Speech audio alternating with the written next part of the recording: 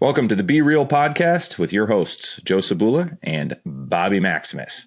Now, Bobby, you and I were talking the other day and you said, hey, this is a great idea for a podcast. So why don't you tell the fine folks what we were talking about? Yeah, so a lot of times we talk about what people are doing wrong. We talk about why people are unfit. We talk about hacks, fads, 3 easy payments of $9.99, all of the things like you're not supposed to do. Right. But if you want to be fit, I'm going to say the number one piece of advice I could give you is to behave like fit people behave. Oh, and you've said that before, like you become who you hang around, right? Yep. So like let their habits kind of, what's the word, like osmosis into you? Yeah, I mean, at a very simple level, yes, you hang out, you become who you hang around. You're the average of the 5 people you spend the most time with. But really what it comes down to is the person who's successful, the person who has what you want, the easiest way to get it is to, I mean, A, take it, but B, copy them, right? Yeah. Like just copy their behavior. If you wanted to be a PGA golfer and every PGA golfer on the tour hit 3,000 balls a day, every single one of them, well, there's where you start. If you want to be in the PGA, you have to hit 3,000 balls a day. Like it's not rocket science. So one of the things that I want to talk about, and it's a question I get again and again and again, these people that you see that are over 40, that are ripped, that are shredded, that are fit, what are they doing? And what I really want to talk about is what they have in common, because they all follow a very similar style of behavior.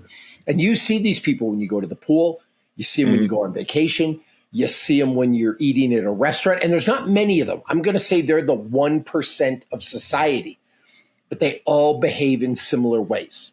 So I want to talk about 3 things that they're doing to be ripped, to be shredded, to look good in their 40s. And I guarantee you, all of them are doing these things. Well, let's get into it. So number one, I'm eager. number one, Joe, they're active. Yes. And notice I didn't say working out. They're not necessarily training, every single one of them, because training, working out, and being active are very different things. So let's establish a difference. Training would be something that I do. I'm training to compete in the World Jiu-Jitsu Championships. I've trained to fight in the UFC. I'm training to be on the cover of Men's Health or be on the cover of Muscle and Fitness. Like I've got a real, genuine, set out goal. And training, by the way, isn't always healthy. I'm never going to sit here and tell you MMA is healthy. I'm never going to sit here and say that Brazilian Jiu-Jitsu is healthy. From a pure health standpoint, I probably exercise too much. So that's training. Yeah. Working out, that's that middle ground. You're showing up to work out, to lift weights, to exercise, but you've got a dedicated plan. You're pushing yourself, and you're more than just an enthusiast, if you will. Yeah. Being active, that's where I put gardening, landscaping, walking, swimming, paddleboarding, pickleball, things like that, where you're not necessarily doing sets and reps. You don't have a specific plan, but you live a very active lifestyle. That's a really interesting way to break it down. Just to even simplify further, like training is pushing your boundaries. Like training is trying to do things that your body has never done before. Where you take working out, like the outcome you're looking for is health, longevity. Like you're just trying to be healthy. That's your end goal. You're not trying to win the Olympics. You're not trying to set the 100-meter dash world record anymore. You're just trying to stay healthy. And then active is sort of that enjoying life kind of a thing. You're not just sitting idly by. You're actually participating in the world. You're just moving. And I want to add one more thing. The risk goes up or down depending like what scale you slide on. So if you move left to right or right to left. So with training, there's a fair amount of risk. You could blow your hamstring. Like you just said, trying to train for a 100-meter dash. You could blow your hamstring. You could blow your ankle. You could blow your Achilles. Like in training, there's some risk. And there's long-term damage too. You and I have a mutual friend from years back whose entire physical practice in New York was about rehabilitating former NFL athletes Yep. and just how physically broken they were after years and years of abusing their bodies. That's what training is. Again, training's not healthy. There's a lot of risk. Yeah. Working out, there should be minimal risk. Like you're going to the gym, you're doing sets, you're doing reps, but you're not necessarily pushing yourself to the max. You're pushing your limits to a little bit, so there's some minimal risk. No, to grow. You're trying to grow, right? Like the what do we always say? Change occurs on the outskirts of our experience. So we're just trying to push that a little bit at a time, very measured pace. Being active, within reason, there should be no risk. And I say no risk, and I say within reason. Listen, if you're playing pickleball, could you fall and break your ankle? Absolutely. Right. If you're paddleboarding, could something bad happen? Absolutely. If you're just playing pickup basketball at the Y, could something bad happen? Yes. But there shouldn't be risk from overly pushing yourself. Yeah, no undue risk. Because like lying on the couch, standing up, there's a risk that you pull a muscle. There's a risk that your shin hits the end table and you fall over and break something. Yeah, there's risk. Sitting on the couch is its own risk too, because you could just develop all kinds of diseases of being lazy. Correct. You end up being obese. You end up not having muscle mass. You end up with diabetes, whatever else. From being lazy. Like there's always going to be a risk. Being alive is risky at a certain point. No, absolutely. So I wanted to establish a difference because that ripped person that you see in the restaurant or the beach, they might not be training.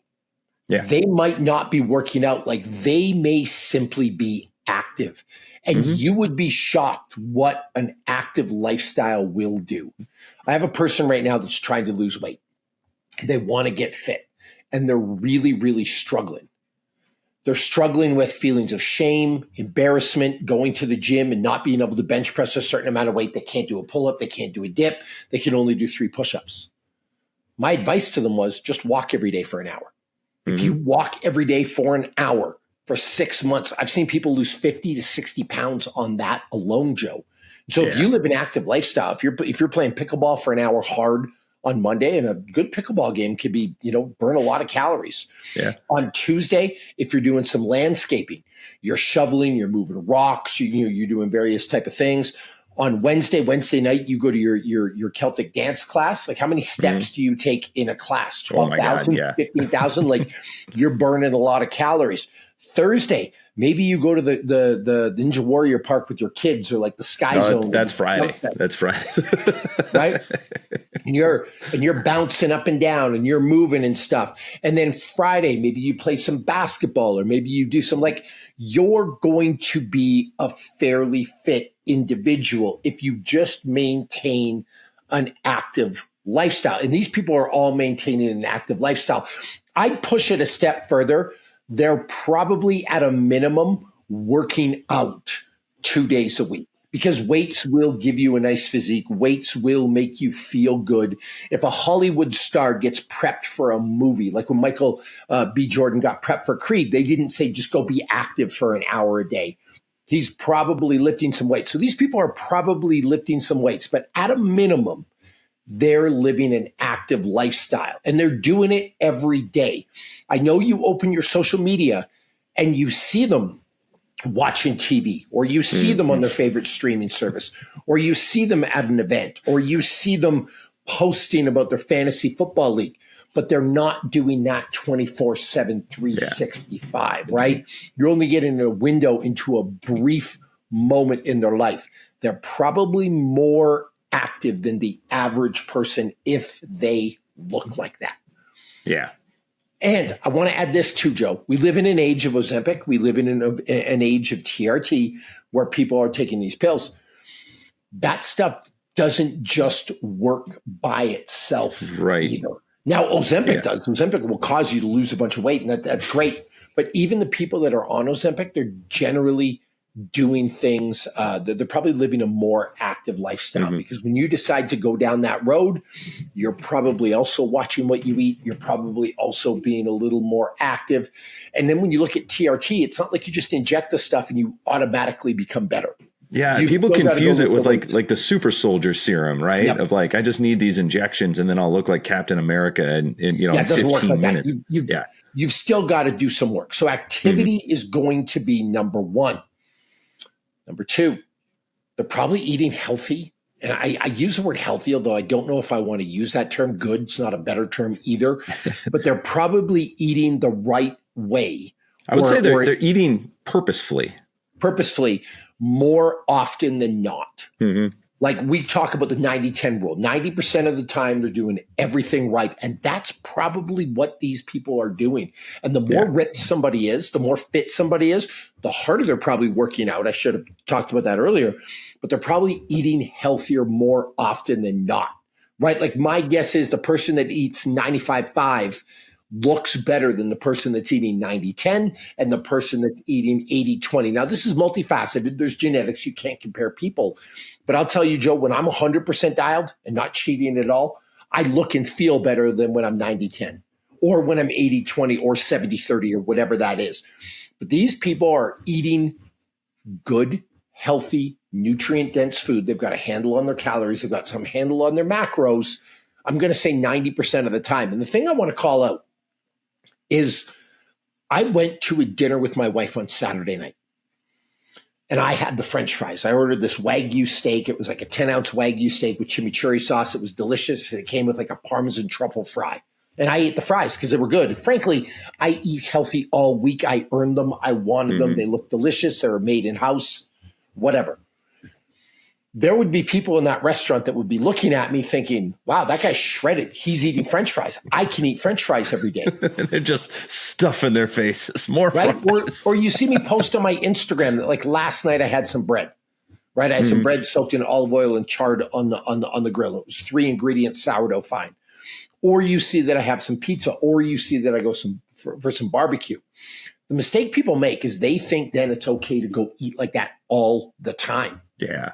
But you don't know what I had the 6 or 10 or 15 meals before that. That's the problem with social media is that you're just getting a glimpse into like a 1 and minute in a highlight reel too, not seeing people when they're making mistakes for sure. Because you see a shredded person with a beer. Yeah. It doesn't mean that you should drink beer every single day. Like that's not the way they got shredded. So just understand that more often than not, these people are making sacrifices. They're saying no to the foods they love. They're saying no to candy. They're not walking by the dish of M&Ms and just eating a big handful. They're not eating off their kids' plates. They're not stopping for fast food because they were too lazy or didn't have the time or didn't have the know-how to want a food prep. For the most part, they're eating right. And I saw something the other day, Joe. It was a woman influencer. She was talking about how apples make people fat. And then someone spliced the reel or the short or whatever it's called. Yeah. And like, it was him talking. He's like, I promise you, eat as many apples as you want. Go on a diet of 100% apples and you will not get fat. It wasn't the apples that did it. Yeah. Well, and I think this lends to the fact that these people haven't just like decided to go on a diet either. Like what they're eating and why they're able to maintain it is because it is just how they eat. The way they approach food, the way they approach nutrition, it's natural to them. They're not fighting their instincts to eat one way or the other. They've made this part of who and what they are. So they're not on a diet, as someone would say. They're not following some fad. And maybe the way they eat kind of falls into that. Like maybe they're very low carb, or maybe they're vegan by accident, but that's not the thing that they're trying to do. Well, it's a whole lifestyle, and they're certainly not accidentally eating a pint of ice cream or accidentally eating like a giant supersized bag of Doritos or Cheetos. I hate when that happens.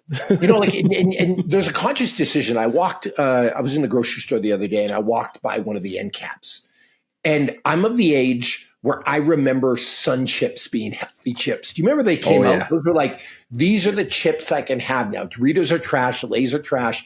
Sun Chips are the chips are healthy, people. And now they're those Quest protein chips. But the Sun Chips were the thing. And I walked by and it was 4 bags for $6. And I was like, oh, I should, like, these are a good deal. No, I don't want them. I don't want to eat them. I don't want them in the house. And I kept walking. So sometimes I have to make a conscious decision. But what I'm trying to say is I didn't just throw them in my cart because they were on sale and then accidentally bring them home and then accidentally eat them. Like, these people are eating with a purpose. Yeah. So you Intention. need to eat. Conversely, you want to be like these people, like start stacking these up. You got to be active, and you should probably eat healthy. And I put that in quotation marks because, again, that there's a lot that goes into that psychologically and physically, but you should probably eat better most of the time. Yeah. Right? Yeah. Your nutrition should be purposeful, intentional, thought out, not reactive to your emotional state. And honestly, you should probably be hungry most of the time. This is a thing that I'm on lately. People are like, well, I don't want to diet because I'm hungry. Well, you should be hungry. Like, you're trying to cut down on food. If you're stuffing yourself till you can't walk every single meal, you're probably not going to be shredded. And the third thing, I want to talk about sleep. I want to talk about stress relief, but you're going to need to help me here, Joe. This all goes into a category that I call lifestyle.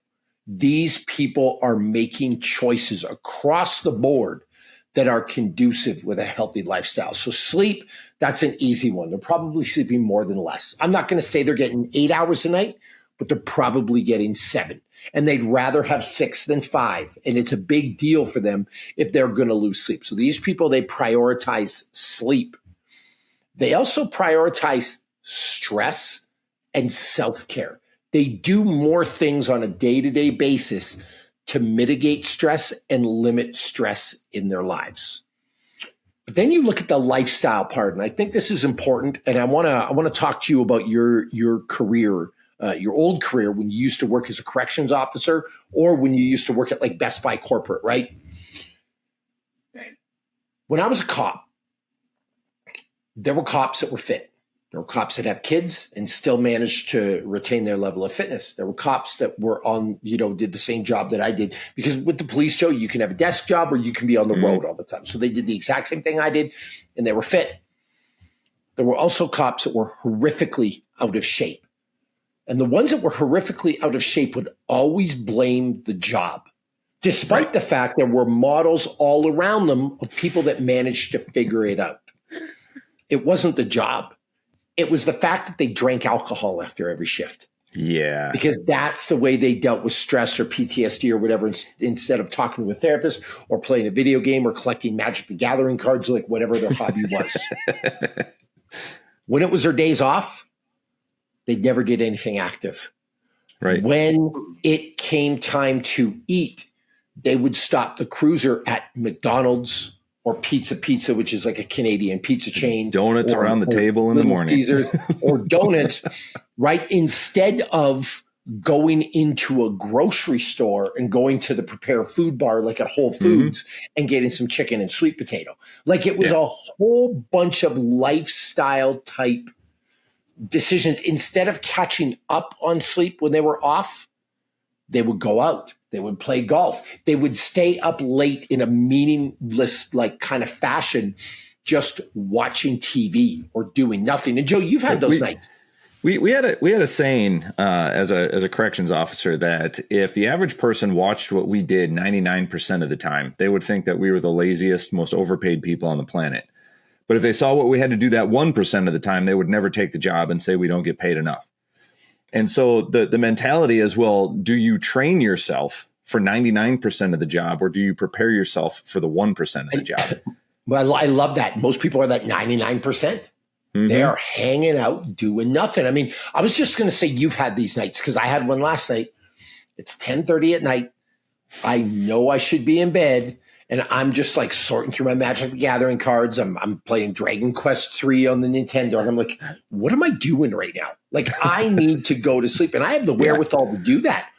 But I know a lot of these guys that they'll watch the same Sports Center episode at 10:30, at 11, at 11:30, at midnight. They'll be watching guys' grocery games. They'll be watching like the Alex Gornishelli supermarket stakeout. Just doom scrolling online.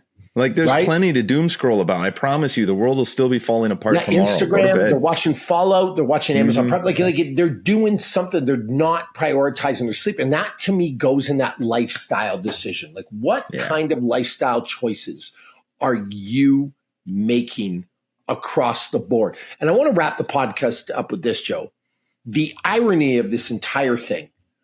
You're sitting there. You're watching this podcast, and I want you to really save this for later. But you're sitting there at a beach, and you see a dude with shredded abs and pecs. You see a woman that's 50 years old that is just ungodly sexy, and you're like, man, I would love to look like her. I would love to be with her or take her on a date or whatever. You're at a restaurant. You're like, wow, that couple looks like a couple of movie stars. I promise you, they're not on some drug. They don't have some secret you don't know about. I mean, maybe they're on a drug. Maybe they're on THC or Ozempic, but they're probably not on some secret thing.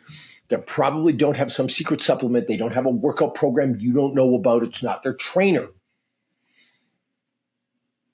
If you sit down and you make a list of what those people probably do on a day-to-day basis, I bet you already know. I bet you have an idea. Like if I had to sit you down, Joe, what do you think those people do? Well, they probably exercise every day. They probably eat healthy, and they probably pay attention to their sleep. Like 100%, you know what they're doing. It's not rocket science. It's not a secret. You're just not willing to do it, or you haven't been willing to do it yet. You refuse to believe it. I just posted the other day my before and after pictures from a massive transformation that I went through. And people always ask, like, how did you do it? Like, what did you change? And then I go through and I tell them, like every day for 12 weeks, I was doing 2 workouts. I was eating a very, very strict diet. And it's like, it should not be a surprise. You shouldn't look at those pictures and be like, wow, that's incredible. You should look at those pictures and be like, yeah, for everything that you did along the way, that makes perfect sense why you got that result. And it should be the same when you look at that fit couple at a restaurant eating. It shouldn't be a surprise that they exist. But these people will also make like what I call snide comments. I bet that person hasn't had a chocolate bar since 1997. Well, you're probably right. I mean, that's a little harsh, but you know, if you're willing to make that comment, you know exactly how to reverse engineer that situation and say, well, if that person looks like they haven't had a candy bar since 1997, maybe I shouldn't have a candy bar, right? Mm-hmm. Like I always say, Joe, if you day drink, you're going to look like somebody that day drinks. There's that whole with the Luka Doncic trade in the NBA. It's probably the biggest trade in the last 50 years in the NBA. Mm-hmm. If you don't know, Luka is one of the top 5 players universally regarded in the NBA, and he's been all team every year. He's single-handedly dragged his team to the finals last year, and the Mavs traded him for Anthony Davis, just like a first round pick. It's pretty much a straight up pick. And everyone's wondering like why the Mavs did this. Like the Mavs, what are they doing right now? And Anthony Davis is a great player. Like I actually think it's a great deal for the Mavs, but this podcast isn't about sports. So I'll save those thoughts for later. But one of the storylines in this is that they were trading him because he has weight management issues, because he has a drinking problem, and none of this has been confirmed, but there have been like blippets of behavior. And the 2 things that people are pointing to, one, before a huge playoff game last season or the season before, he was at lunch having a beer. And this is where I want to go with day drinking, right? It takes a special kind of person to just order a beer with their lunch. I'm not saying you're a bad person. I shouldn't have worded it like that. It takes a special kind of person. Joe, you're a fairly fit individual. Mm-hmm. Would you randomly sit down on a Tuesday afternoon if you and I went for lunch and said, hey, can you go get me some draft beer? Like you're probably not. Only to mess with you. Right? No, but seriously, like when would you make that decision? On vacation? Yeah. Maybe I was down in Cancun with my sisters, like over Christmas break. Like, yeah, I'll have a beer at lunch then. Yeah, and how did that work out for you? How much weight did you put on? Let's not talk about it. Right? Like, but you might make that choice on vacation. Yeah, you might make that choice on July the 4th if you're in the United States and you're out on a boat, or if you're in Canada, it's July the 1st. Actually, I don't even know if I can mention Canada and the U.S. in the same sentence now because we're mortal enemies with what's going on. But you might make that on July 1st. You might do that on Labor Day. You might do it on like a summer weekend, if you will, if you're out on a pontoon boat or like you're doing whatever. But like, what type of person makes that? And I say what type of person, I'm not trying to be judgmental, but what person makes that decision on a random Tuesday or Wednesday afternoon that I just need the beer? That to me is indicative of all kinds of other behaviors. Yeah. You're talking to me who grew up in Wisconsin, where it would not be unreasonable to be like, well, just got off of work, I better go have 3 beers. That's the thing. And speaking of Wisconsin, if you're the guy that on a Wednesday lunch break, you order a bunch of deep fried cheese curds, chicken wings, and have a beer for lunch, like you're going to look like somebody that behaves like that, because that, to me, Joe, that's Friday night at 3 a.m. type behavior. That's a Super Bowl party type behavior. That's a vacation type behavior. And that might happen 10 or 15 days out of the year. But what if you're living that old English pub life where you're having a beer every Monday, every Tuesday, every Wednesday, like what you just talked about after work? You're going to look like somebody that behaves like that. So here's what I want you to do. Stop listening to the podcast. Make sure before you leave, you subscribe. You turn your notifications on. You'll like it. You share it with your friends, maybe with a nice heartfelt message like, this is why you're fat. Listen to these guys, are going to help you.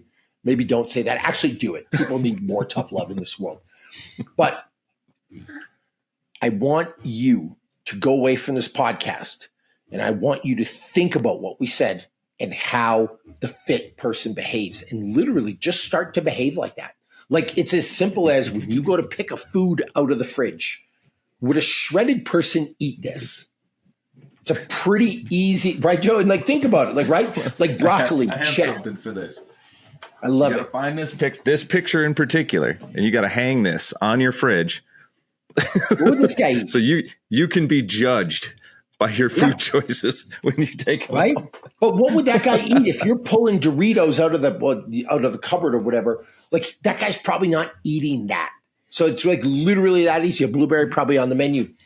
So thank you for tuning in to another episode of the Be Real podcast. A little longer today, but I think it was good, Joe. We try to keep these things a little shorter, but a lot of great information. And you know the things to do. Just go do them. It's literally that simple.